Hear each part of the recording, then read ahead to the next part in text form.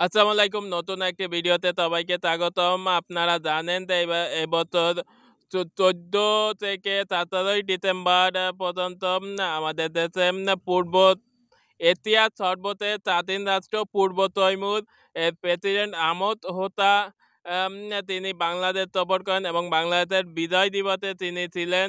উম এই রামত পূর্ব তৈমুর স্বাধীন হওয়ার পর থেকে এটি বাংলাদেশের কোনো তাদের সরকারি সফর।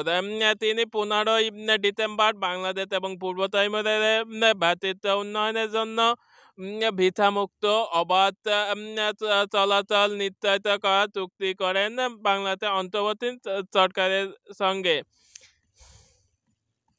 এবং বাংলাদেশের অর্থনীতিতে এবং বিভিন্ন পূর্ব তৈমুরের অর্থনৈতিক বিষয়ে তিনি আলোচনা করেন। এই 24 সালে বাংলাদেশে গড়ে প্রায় এই নিয়ে 4 জন কোনো বিদেশি রাষ্ট্রপ্রধান বাংলাদেশে এসেছে। প্রথমে মার্চ মাসের দিকে এসেছেন ভুটানের প্রধান, তারপরে এপ্রিলের দিকে আমাদের কাতারের যে আমির তিনি এসেছেন, তারপরে মালয়েশিয়ার প্রধানমন্ত্রী আনোয়ার ইব্রাহিমও কিন্তু